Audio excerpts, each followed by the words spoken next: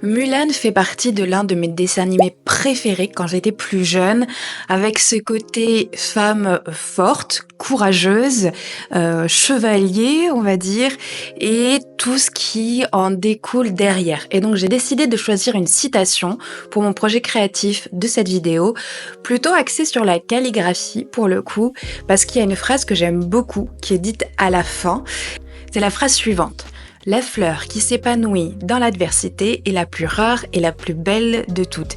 Et je trouve que cette phrase est très très parlante et je sais que certains dessins animés ont une morale en fait et peuvent nous faire passer certains messages, tout dépendra de la personne qui le regardera. Et donc je voulais vous partager un petit peu moi ce que j'ai pu apprendre de mes enseignements spirituels et philosophiques en regardant le dessin animé Mulan. Déjà, je trouve que dans un premier temps, il y a un message assez fort quand on regarde ce dessin animé.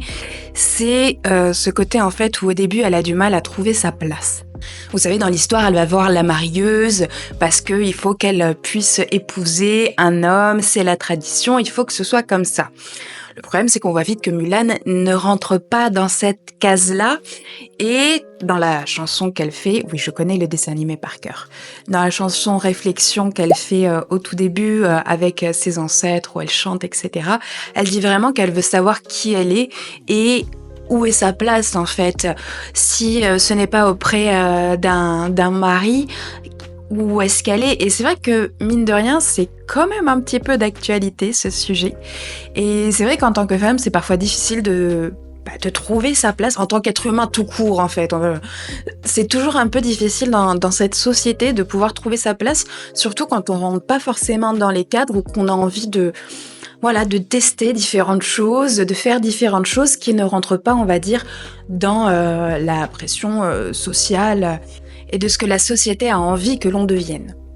Donc je trouve déjà que ça, c'est un point assez fort et comme quoi, même s'il date de 1998, le dessin animé, sachant que c'est une légende, pour le coup, Mulan, c'est une vraie légende.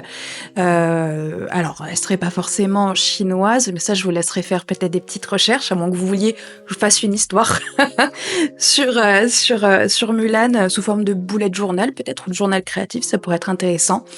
Mais voilà, c'est vraiment ce côté où pour des personnes qui ont du mal à trouver leur place, et je sais qu'on est beaucoup dans ce cas-là, c'est un petit peu cette recherche en fait de soi. Qui on est? Est-ce que on est une personne plutôt guerrière et donc cette quête d'être soi-même, de savoir qui on est en fait et ce qu'on aimerait faire dans la vie ou ce que l'on aimerait juste faire dans notre vie, mais vraiment en général, je vous parle pas de côté professionnel. C'est un message qui, à mon sens, mérite d'être mis à l'honneur sur ce dessin animé Mulan parce que, voilà, c'est surtout qu'il y a une fin, on va dire, positive dans tout ça. Elle trouve sa place et elle décide justement, elle a le choix. En fait, elle a le choix de choisir sa place, où est-ce qu'elle veut être, et elle choisit d'être auprès de sa famille. Donc, il y a aussi cette notion où, ok, j'ai peut-être en fait créé mon propre cadre. J'ai peut-être du coup appris qui j'étais et je ne suis pas qu'un seul type de personne, je suis plusieurs types de personnes. Vous voyez ce que j'en ressors moi de cette partie-là, on va dire au niveau de Mulan.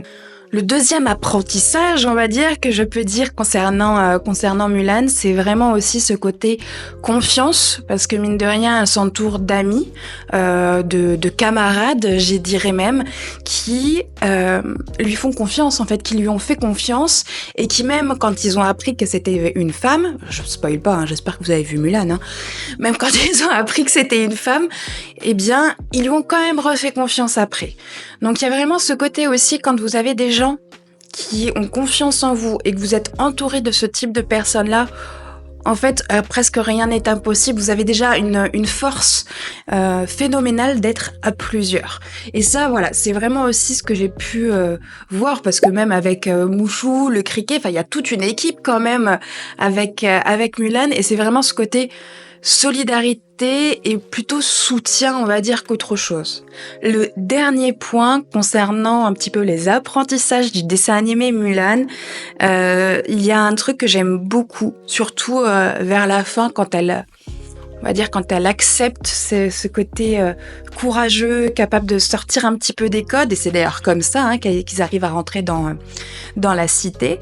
Quand elle arrive à accepter ça, en fait, il y a quelque chose qui se passe. Alors, je sais pas si vous vous souvenez de la scène. Malheureusement, je peux pas mettre d'extrait sur YouTube à cause du copyright. On va éviter.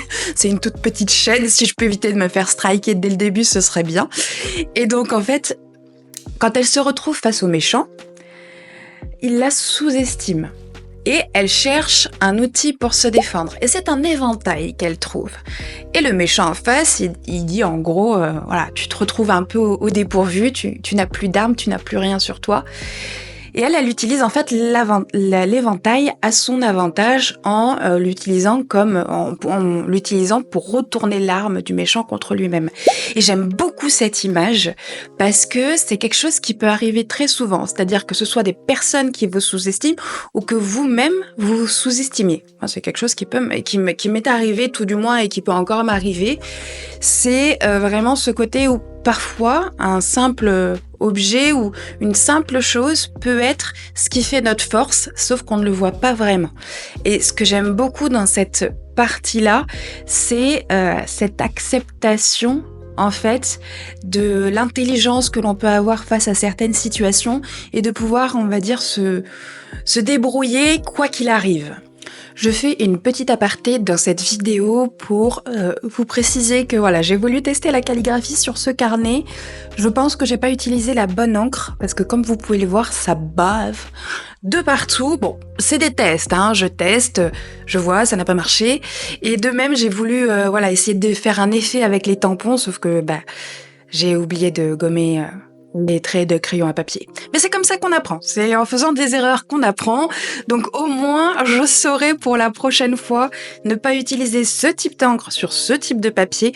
En général, pour la calligraphie, il existe beaucoup de papiers plus lisses qui permettent vraiment à l'encre de ne pas, on va dire, se dissoudre dans le papier si le papier est trop poreux.